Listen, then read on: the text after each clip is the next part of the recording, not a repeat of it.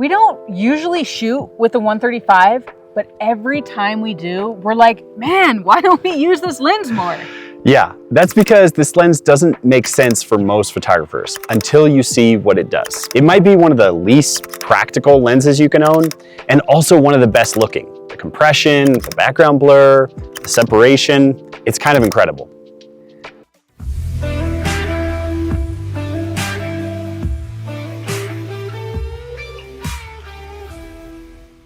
We're Mark and Brenda from the Bird Greens, and today we're testing out a 135mm lens in the field.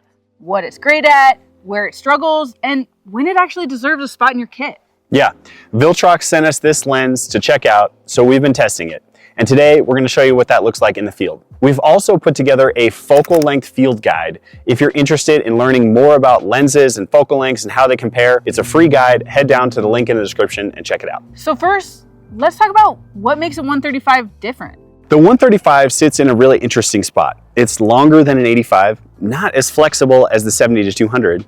You're locked into one focal length, but what you get in return are three things: incredible sharpness, more compression, and more background separation.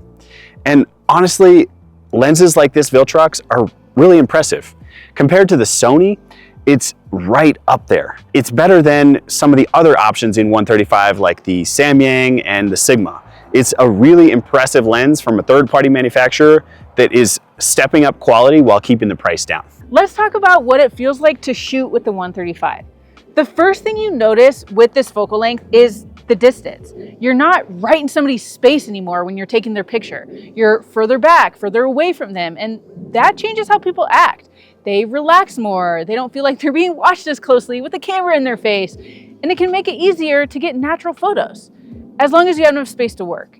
And you gotta actually be able to communicate with them from that distance. But the trade-off is you lose flexibility. You can't just zoom out. You have to be really intentional with how you're framing your shot. You're moving more, adjusting more, and committing to composition, which is actually the kind of constraint that makes us better photographers. So let's take some shots of Mark and see how much I have to move to compose. See how the distance affects him and how the working distance affects me. I'll have you stand on that rock over there. Okay. And we'll try to use this nice backlight while we have it. Really nice.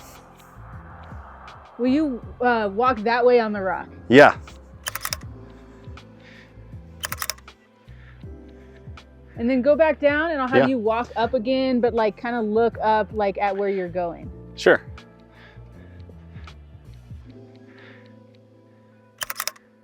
Awesome. And then I'm gonna get closer, get a little tighter.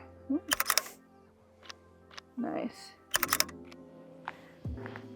And then can you look off in the distance, check out the mountains a little bit, chin a little bit towards me? What's over there? Can you see that mountain? And look right at me? Yeah. See how the sun flare works on this lens? I don't know. And then can you go away from me and walk towards me? Yeah. Starting from here? Starting from there. Okay.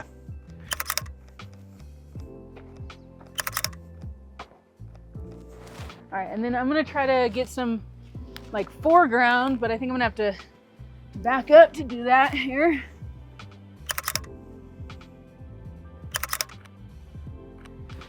I think I need to be further back, but I don't have much space to move.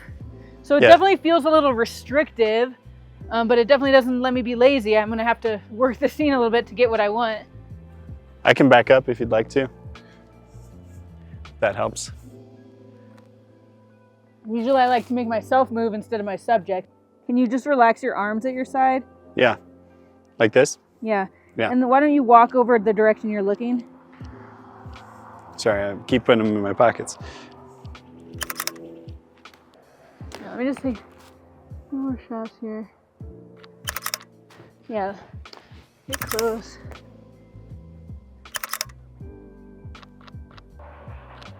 Smile. Look over that way, and yeah. And just with your eyes at me. And give me a Tim's laugh. Okay. Yeah, so it's definitely restrictive. I have to I can't get that close to him. I have to get far from him. I don't know how the working distance felt for you. Did you feel like I was too far away? Did you feel like I was relaxed? No, it felt like you were pretty far than what I'm used to with shooting portraits with a 50 or an 85. It's definitely further away. And how does that feel as a subject? Yeah, it was kind of more relaxed, and I felt like you had more control over the background because you were in a narrower field of view. Like it looked like you were, you know, aiming at a specific subject versus capturing a wider scene. Yeah, and so I really like wider portraits, but it's hard to do more context with the 135. I think where the 135 really shines is going to be when we talk about headshots. Yeah. So what I'm finding as shooting this is that it's not really a do everything lens, but for portraits, especially tighter portraits, it's amazing. Headshots, upper body, anything where you want that strong subject separation, it just makes your subject pop. Yeah, so I shot this lens at my son's soccer game and it was perfect. It had great reach. It completely cleaned up the background because of the low aperture and blur. And it's surprisingly good in situations like indoor sports, low light environments, things like a church or a basketball game, because you get reach and compression and you still have that fast aperture to keep your shutter speed up. So let's take some headshots of Brenda and see where this lens shines, and we'll find some low light if we can to push that aperture and challenge this lens a little bit. So as you can see here, we've got a pretty busy backdrop, but we are gonna clean all that up by shooting at f1.8 on this lens, and it's gonna blur everything out and look really nice. So we've got some nice light coming in from the side here. We're gonna shoot some headshots. So there we go. Oh, looking good. The light just softened up. It's beautiful. And then, yeah, so I'm gonna have you back up just a little bit towards that rock. Nice. Get a little lower here and turn towards the light. Yep, and then still looking towards me. Perfect. And then come closer to me and I'll get a little closer and we'll get nice and tight in here. Beautiful. And then looking that way. Yeah, and slowly look back towards me. Nice. And then looking kind of off this direction. Beautiful. Nice. I can't not. And then look at my eyes. Or sorry, look at me with your eyes. Nice. Looking good. All right. One more here. Now that the light is nice and soft. And the only other thing I'm doing here is I'm using a polarizing filter, which is actually cleaning up the reflection on her skin quite nicely. There's just a little bit of harsh light, and that really helps bring it down. Cool. I think that looks great. So as you can see with this lens, I'll put some pictures on screen. It makes you look beautiful, but my wife was already beautiful, so not much help needed there. So here's what I'm noticing. There are a few things to really pay attention to with this lens. With the 135, as we've talked about, distance is everything. Not just that working distance, but now I'm talking about background distance. If your subject is far from the background will just melt away. Second, shutter speed. At 135, small movements show up. So we're definitely keeping it at around 1/200 or faster. And then third, looking for those layers. Even though we're just sometimes doing headshots, we want to still be thinking foreground, subject, background, because this lens compresses everything together in a really nice way. So let's shoot a little bit more with this lens. I want to show you that background distance as well as how we can use layers. Okay, so I'm just gonna have you stand on that rock right in front of that tree. Okay. And so this is what I mean by background distance. This tree is right behind him, so the distance between me and him is greater than him and the tree. Well, good, we got low light here too to show the low light challenge.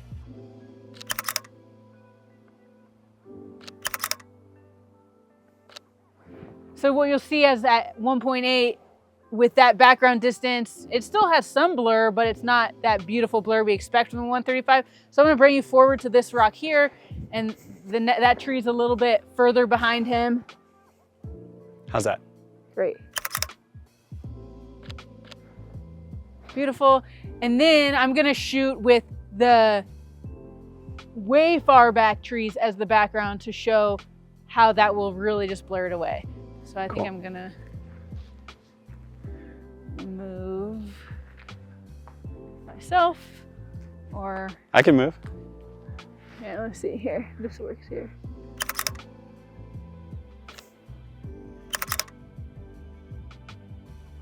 And look right at me. And look, yeah, turn straight at me with your shoulders too. Super serious face. Show me your mad face. Show me your I'm done with this video face. Okay.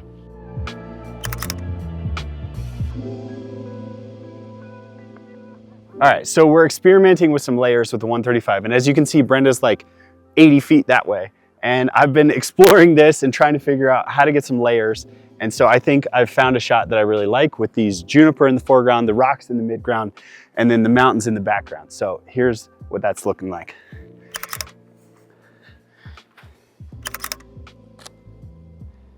Can you come down a little bit on that rock actually?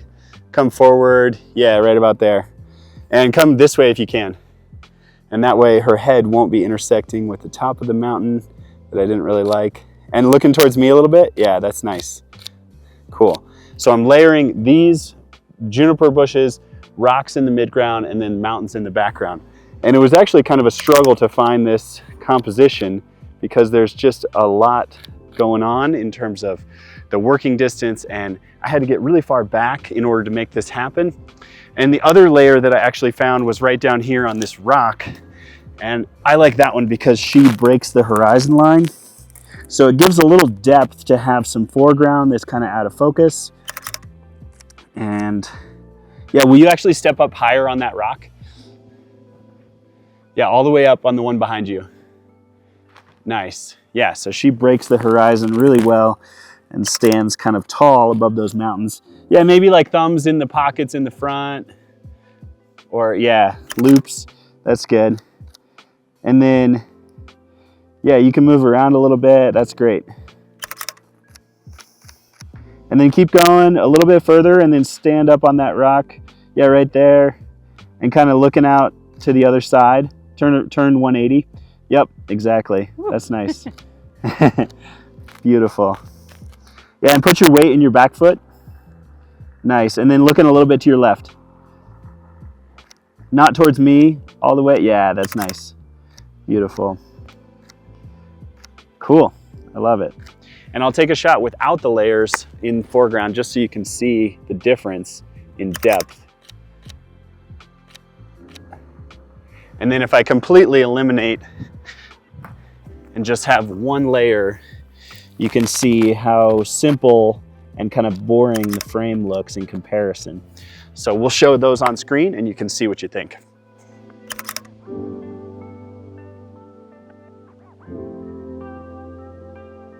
So if you're trying to figure out where this lens fits, here's how I think about it. 85mm is easier, more flexible, and a great everyday lens. 135 is more separation, compression, and more specific. The 70-200, it's more versatile, and you don't get really the same level of separation and simplicity. This is actually something we break down more in our field focal length guide. How these lenses compare, when to use each one, and if you're considering a 1-35, most of them are already really sharp. So it's more about budget and size than image quality. And this specific lens from Viltrox is a great option. It's really sharp, it's really high quality, it gives you all of the expectation you would get out of the Sony G Master, and it does it at a much lower price point. The autofocus is really tack sharp, it locks on, and I would say overall, this is a great way to save some money. So for me, the 135 is something I'd bring when I know I want a specific look. Not for everything, but really good for that one thing. It's a little bigger, a little heavier, and definitely more limiting. Yeah, but that limitation is actually kind of the point. It forces you to be more intentional. And I'm curious, would you actually use the 135 or do you prefer something more flexible like the 85 or a zoom lens? And what do you find yourself looking for most when you reach for a lens? The 135 isn't about flexibility. It's about choosing a look and committing to it. And when you do, it creates something really clean and really focused, and definitely something that's going to stand out. Thanks for watching. We'll see you in the next one.